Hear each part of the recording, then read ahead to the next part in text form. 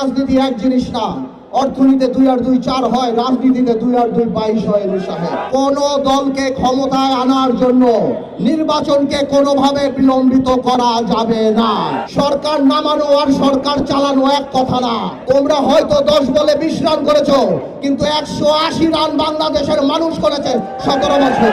শেখ হাসিনা বা আওয়ামী লীগ সরকারের কিন্তু 17 বছরে মাথা খারাপ হয়ে গেছে। তোমাদের মাথা খারাপ হতে 17 মিনিট সময় লাগবে না ভাই। আজকে সকালে পত্রিকায় দেখলাম ইউনূস সাহেব আজকে সকালে বলেছেন যে আগামী ডিসেম্বর কিংবা জানুয়ারি নাগাদ বাংলাদেশের নির্বাচন অনুষ্ঠিত হবে। আমার তরফ থেকে, আপনাদের তরফ থেকে ইউনূস সাহেবকে একটি ধন্যবাদ। তবে কিছু কথা খোলাখুলি বলে দিতে চাই ইউনূস সাহেব আপনাকে এবং আপনার সরকারকে। ইদানিংকালে আমরা দেখতে পাচ্ছি আপনার কিছু উপদেষ্টাদের কিছু কথাবার্তায় যে তারা আমাদের প্রতি এমন বিরূপ প্রতিক্রিয়া দেয়, এমন ভাবে কথা বলে, এমনকি মনে হয় যে এই আন্দোলন শুধুমাত্র তাদেরই আন্দোলন।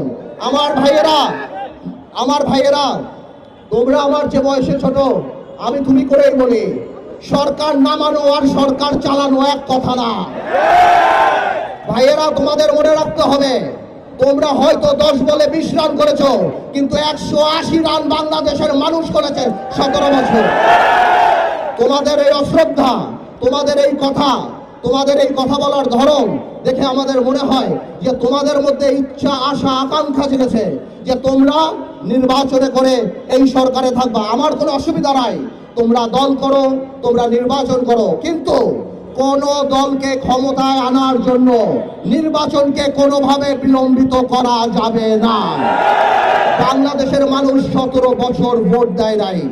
আমরা জনগণের কথা বলি, তোমরা যদি কোনোভাবেও এই সরকারকে প্রভাবিত করার চেষ্টা করো নির্বাচন বিলম্বিত করার জন্য, তাহলে মনে রাখতে হবে যে তোমরা সাধারণ মানুষের বিরুদ্ধে অবস্থান করছো। আর সাধারণ মানুষের বিরুদ্ধে অবস্থান করলে আমার ভাইয়ের একটা কথা পরিষ্কার, শেখ হাসিনা বা আওয়ামী লীগ সরকারের কিন্তু 17 বছরে মাথা খারাপ হয়ে গেছে। তোমাদের মাথা খারাপ হতে 17 মিনিট সময় লাগবে না ভাই। আমরা উন্নয়নমুখী, আমরা সংস্কারমুখী একটা নির্বাচন চাই, যে নির্বাচনমুখী একটা সংস্কার চাই, যাতে করে মানুষ তার ভোট দিয়ে যেতে পারে।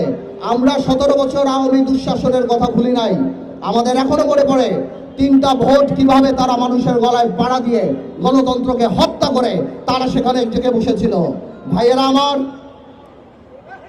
আরেকটা কথা না বললেই না। নির্বাচন নিয়ে খুব সুন্দর কথা বলেছে, সেই কথাগুলো মনোযোগ দিয়ে সবাই শুনুন। ভিডিওটি দেখলে অনেক উপকৃত হবেন, অনেক কিছু জানা যাবে। উনি অনেক কথাই বলেছেন যে বাংলাদেশের মানুষকে কিভাবে নির্বাচনে নিয়ে আসা যায়, সেই জিনিসটাই সে বলছে। তার বক্তব্যের মধ্যে সেই ভাষণটি চলে এসেছে। তো আমরা সেই ভাষণটি শুরু থেকে শেষ পর্যন্ত দেখলে আমরা বুঝতে পারবো যে কি বলতেছে উনি। সবাই চ্যানেলটি সাবস্ক্রাইব করবেন এরকম ভিডিও পাওয়ার জন্য।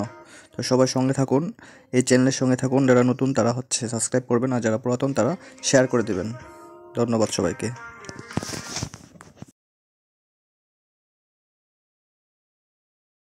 বসা কেউ বাণিজ্য মন্ত্রীর নামও বলতে পারে না ইউনূস সাহেব। এভাবে করে আপনি হয়তো থাকতে পারেন, কিন্তু আপনার কিন্তু মানুষের কিন্তু ক্ষোভ আপনার উপরে বেড়ে যাবে।